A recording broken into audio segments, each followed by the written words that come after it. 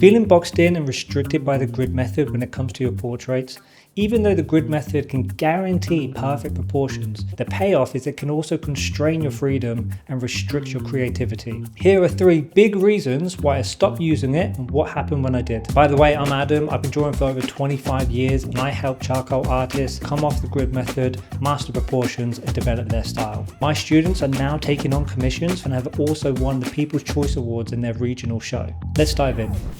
Authenticity. After drawing for 20 years using the grid method, I didn't feel like I was drawing anymore, more so just going through a monotonous task that left me feeling completely unfulfilled. This video isn't just about me shitting on the method either, because it served me well when I was younger and I wanted immediate results that gave me that confirmation that I could draw. I wanted to create hyperrealism and make it look as realistic as possible. You know, the classic, make it look like a photo. And I think the reason why hyperrealism is so popular right now is because everybody can relate to it. Anyone can tell that that looks like that and it was made by a human hand, therefore there is a technical skill that I can relate to because everybody has some kind of experience when it comes to drawing. But for me, it's a personal thing, and it got to a point where I felt like I was just cheating and it felt like a crutch rather than a tool. Every drawing that I did, deep down, I felt like I wasn't actually being true to myself. I felt like a bit of a fraud, to be honest with you. And the anxious part of me felt like if people found out I was using the grid method that did all of that heavy lifting, that I would be exposed, which was a huge indication that I felt insecure with my skill set and didn't have any confidence in the placement and proportion side of things in my drawings. The issue was, I didn't know how to draw without them. The thought of using them just made me feel like a fraud, but the thought of not using them just made me feel really insecure. So I actually just stopped drawing because I was trying to avoid both emotions. I didn't want to go down either path. For 20 years, I identified as a hyperrealism artist. And then all of a sudden, I felt lost. But I knew something had to change. Humble myself and start the next chapter of my art journey by drawing completely by freehand and accept that my work and my ego will take a direct hit because of it. And that's exactly what happened. I ran into all sorts of problems. Where do I start? How do I navigate this? Why doesn't that look right? For the first time in 20 years, I was creating work that didn't look good and I didn't like it. It was a feeling I wasn't too familiar with, because before, every single time it was just a case of, does this drawing look more or less like a photo than the previous one? But now, because I was drawing completely by freehand, it was a case of, this now looks like a deformed version of what it's meant to look like. And it was a hard pill to swallow. If you resonate with this and you want to find out more about my lifetime program and working with me so you can master proportions and develop your style, I'll leave a link in the description to book a call.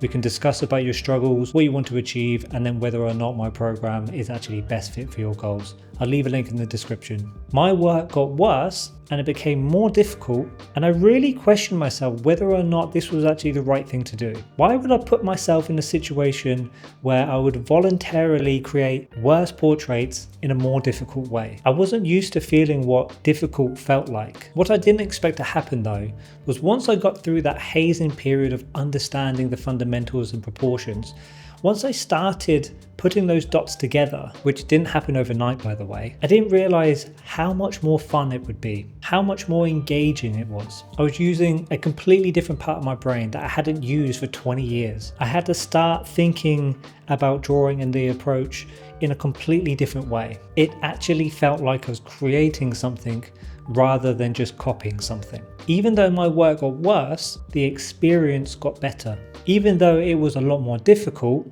it didn't feel like a task. Immediately, I was so much more passionate about my work. I wanted to be in my studio every chance I could get because each piece felt like a little adventure and I was going on a journey with my drawing that we were going to figure it out together. Once things started to click and I was seeing more consistent results, that was it. It was like a fire was put under me. It sparked a newfound love in drawing for me.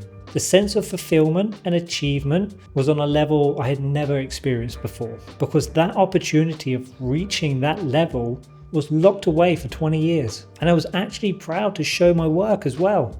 I wanted people to see it. And even though at first it didn't get the same kind of online reaction that I used to get, which by the way is just the devil's haze, because online praise I feel can dictate how you feel about your work just because the drawing didn't get as many likes as one of your others. That doesn't mean the drawing wasn't as good, it just means there's too many variables with the algorithm to understand why it didn't get as much attention, not because of the quality of your work. Anyway, for the first time ever in a long time, I came out of my studio feeling motivated and refreshed, rather than coming out feeling exhausted because I've just done this 7-hour, what felt like a mental marathon. This is where I learned the lesson that if you feel stagnant and dissatisfied with your work, you need to try something new and leave your comfort zone. You shouldn't just focus on what you're good at. You should also focus on what you're not good at, because that's where you and your work will evolve. Yes, it comes with being uncomfortable and it's more difficult because it's something that you don't know, but that's what learning is. It's difficult, but it's so much more rewarding. For each drawing that wasn't good quality was a valuable experience, because they weren't failed attempts.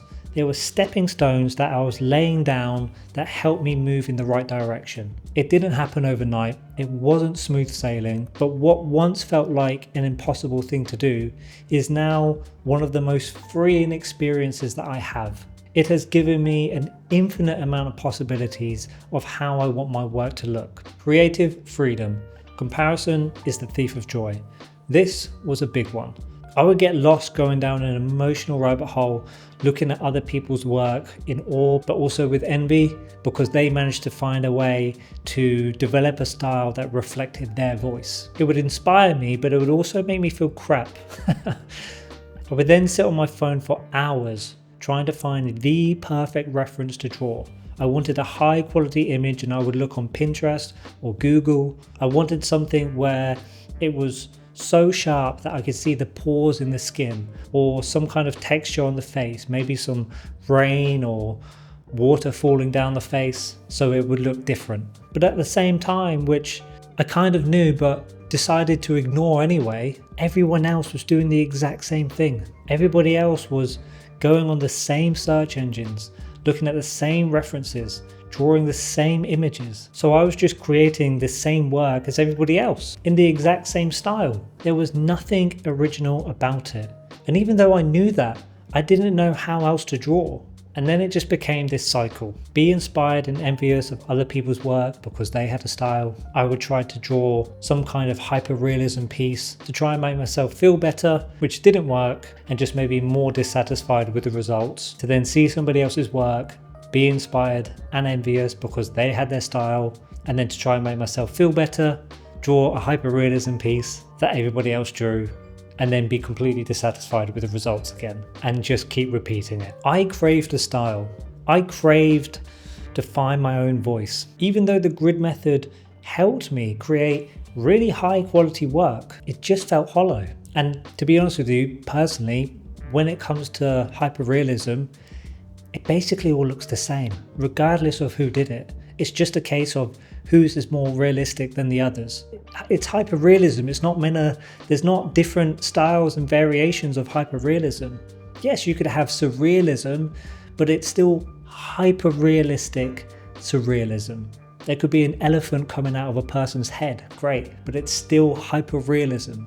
I wanted my work to be recognizable. I wanted someone to be able to see my work, know it was mine before even seeing my name attached to it. But I didn't know exactly how to. That was the frustrating thing. And because I worked with hyperrealism for so long, this is how stupid it is, right? When I first started to try and develop a style, I tried to draw realistically what a style looks like, if that makes sense. It wasn't an organic approach.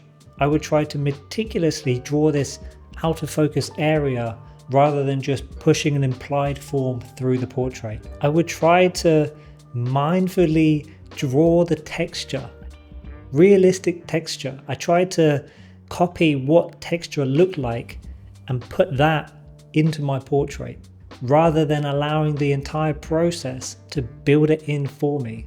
I just couldn't understand how people did it because I was trying to cheat the system. Eventually, I learned that the more I understood the fundamentals, the more freedom it gave me to explore my work, have that creative freedom.